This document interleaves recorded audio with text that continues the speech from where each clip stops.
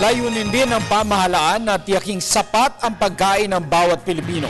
Tungkulin naman ng Department of Agriculture at lahat ng nasasakupan nitong ahensya na ilatag ang mekanismo para sa produksyon ng pagkain sa bansa.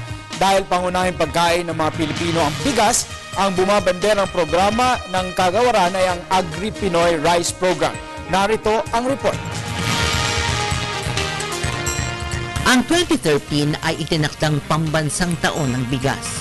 Idineklara po nating National Year of Rice ang 2013 upang paghandaan at lalong mapabilis ang pagiging rice self-sufficient ng Pilipinas.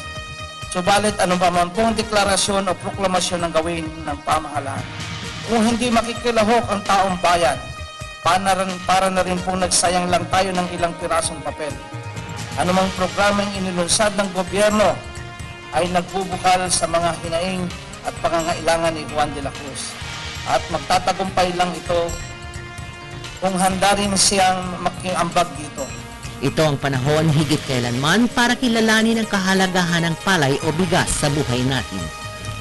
Ito ang dahilan kung bakit pinag-iibayo ng pamahalaan ang produksyon ng palay sa ilalim ng Agri-Pinoy Rice Program na pangunahin sa Food Staples Self-Sufficiency Program, ang sentro ng patakaran ng bansa sa pagkain.